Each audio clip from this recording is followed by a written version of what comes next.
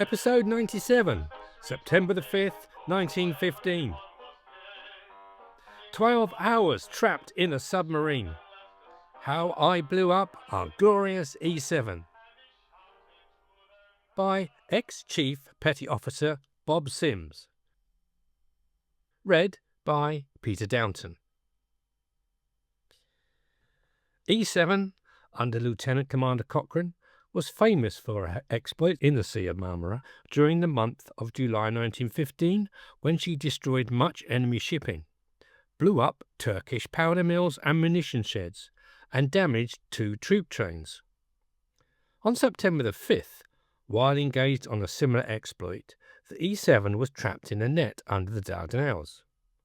What happened forms the subject of this thrilling chapter by a petty officer who was in the submarine and endured this alarming experience.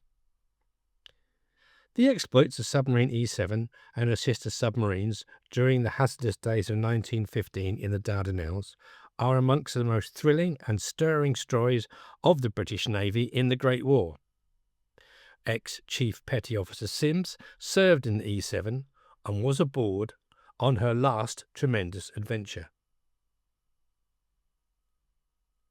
Looking back, I should rightly treat all 5th of September as days of high jubilation, for they are anniversaries of an occasion when my mates and I were faced by death and felt his chilling hand laid on our hearts. Yet here I am to write my story. But that day was rounded off by an event that stamped it as one of the saddest days of my life. I know that all men of the sea, and possibly many landsmen, will understand. When we set out on this wartime venture, we were in high spirits. It was up the Dardanelles again. We had won through the Narrows twice, and played havoc with the Turk and his German ally. Our short rest at Mudros had brought us back to A1 condition. We were taking up the game where we had left off. There was even a feeling of exultation aboard, for we had somehow sensed that our skipper, Lt Cochrane, now Sir Archibald Cochrane, Governor of Burma, had a scheme in cold storage that would astound Johnny Turk. We know now that it was so, and had fortune been kinder, our boat would have blazed the trail for a naval exploit that might have had far-reaching consequences in the conduct of the war.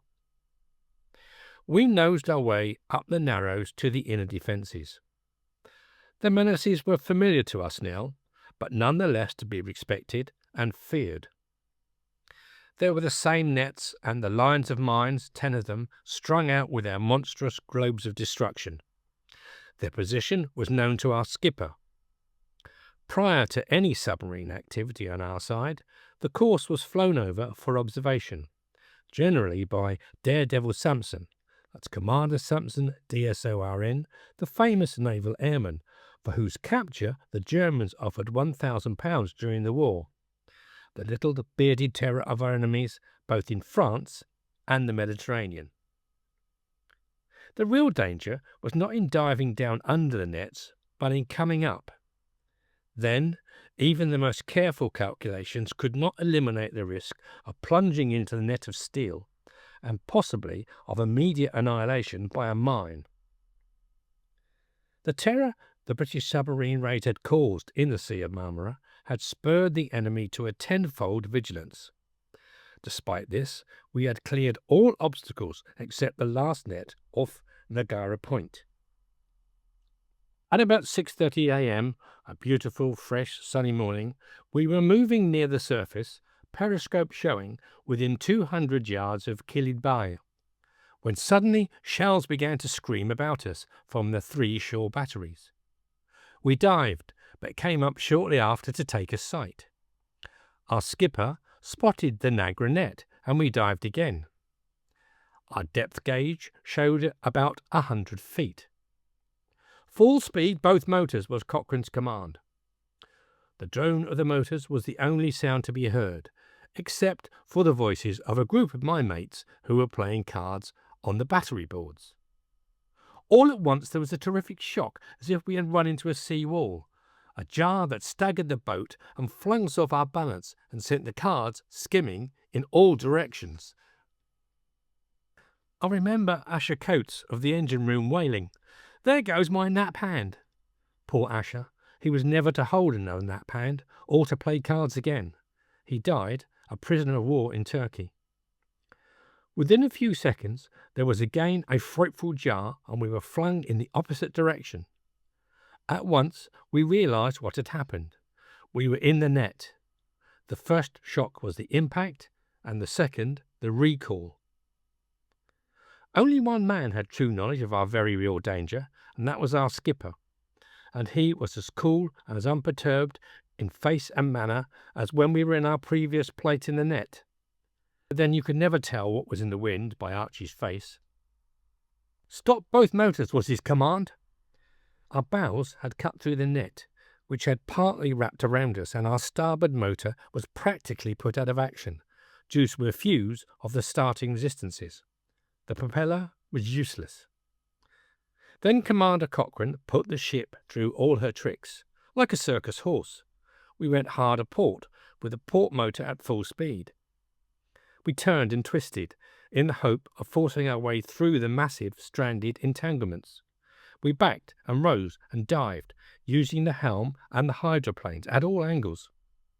But each effort seemed to snare us more securely, and brought us up tightly parallel to the net. We were like a fly tangled in a web, and the spider was waiting for us up there, above. An hour had passed since the impact, when there came a roaring sound that culminated in an enormous bark, which reverberated dully, rocking the boat violently. We had been spotted, of course, by the watchers of the net, and our position given away by our tug on the anchored jackstay and the barrel buoys. The enemy was seeking us out with depth charges. The E7 suffered little damage, however. Our skipper persevered in his efforts to get us clear. We went full speed ahead and full speed astern. We rose, tilting at a dangerous angle, and dived, straining against the net's tentacles. It seems at times that we jerked and leapt like a caged rat, but there was no shifting her. I could have laid a bet that David Jones had got us in his net for keeps. We were held fast fore and aft. After 2 hours of these strainings and contortions, there came an interruption. In a way, we had been expecting it, but although expected, it was unwelcome, decidedly unwelcome. A tremendous explosion suddenly flung us helter-skelter, and I thought that my eardrums had burst.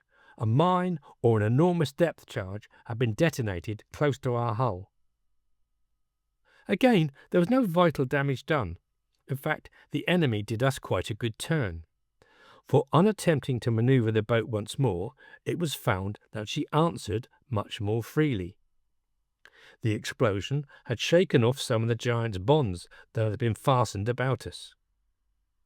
We learned afterwards that our commander leaned on this hope, that further explosions might shake off most of the remaining bonds. He decided, therefore, to make as much depth as possible and remain deep until it was dark. There might be other welcome depth charges. Then he would attempt to come to the surface in the hope of clearing the obstruction completely.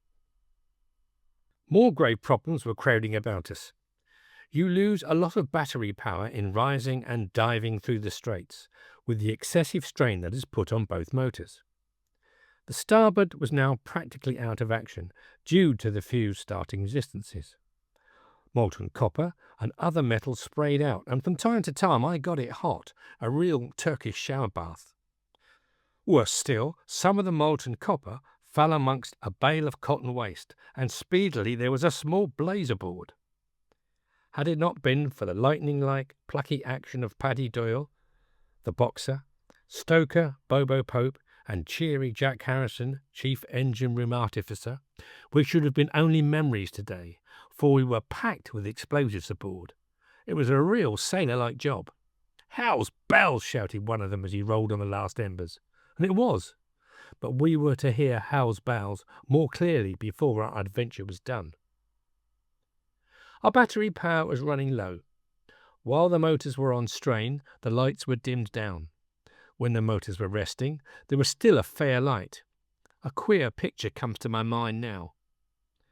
I was amused to see two of my mates, shortly after the second explosion, with seemingly no alternatives before them but death above or death below, vigorously polishing away at some already surpassingly bright metalwork.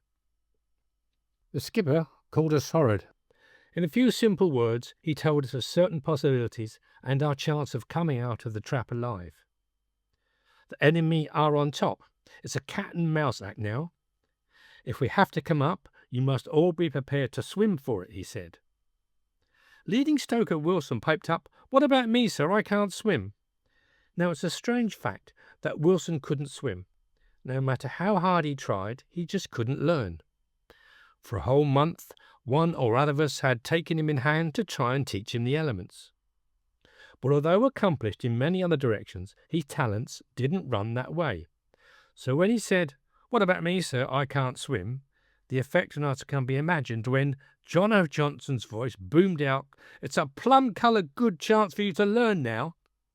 There was a tremendous shout of laughter, followed, after a pause for thought, by a deep-chested guffaw from Wilson himself. John O. Johnson, nicknamed K9393, was a real card. He had some amazing escapes. He was in a Hogue when she was torpedoed. Picked up by the Cressy, he was torpedoed again half an hour later. Then he came to submarines, for a quiet life, I suppose. He was convinced that the Germans would never get him, so he was something of a mascot on board the E7. But Commander Cochrane had not yet given up hope of escape. He burned certain secret documents in a bucket and watched them until they were entirely charred. Then we dived. I don't know how far down we dived, but it was a very great depth, maybe 180 feet, though the official record puts it at 250 feet. I know that the prodigious strain that the E7 put on the net in diving to that depth must have marked our position exactly to the enemy observers above.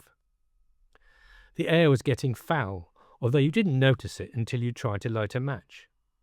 We were breathing more quickly, but were not really conscious of it, like a diver. Suddenly there was the blast of a prodigious explosion, as stunning in its effect as if it had been a heavy land shell crashing on a trench side. A mine had blown up a few feet from our hull. Most of the electric fittings were shattered. Fragments were strewn around. Water began to leak in from a dozen started plates, which was a real menace under the pressure that we were subjected to at that great depth. It was lucky for us that no seawater got into the batteries. Otherwise, we'd have had chlorine gas to add to our troubles. The lights had all but faded out. Time crept on. By the glow of Dalnockie's illuminated wristwatch, we marked the passage of the hours. It was all one to us in the darkness, but the watch hands showed us how early morning had passed into high noon, and it was now slowly crawling on to eventide. Then the skipper made his final decision. He called me up and told me to make preparations to shatter the old boat. I packed together 30 tins of gun cotton, each weighing 16¼ pounds. Then I prepared a 15-minute time fuse and connected it from the gun cotton to the base of the periscope, where the fuse was attached to a pistol and detonator. All the skipper had to do when he, as last man, left the boat was to put up his hand and fire the pistol. Then we had 15 minutes to get clear. All at once came the order, "To your stations, then blow all external tanks." Lightened by nearly 30 tons, we began to rise. What fate awaited us above? Would our re-emergence into light bring us death? As we came out, the E7 shook herself free of the net.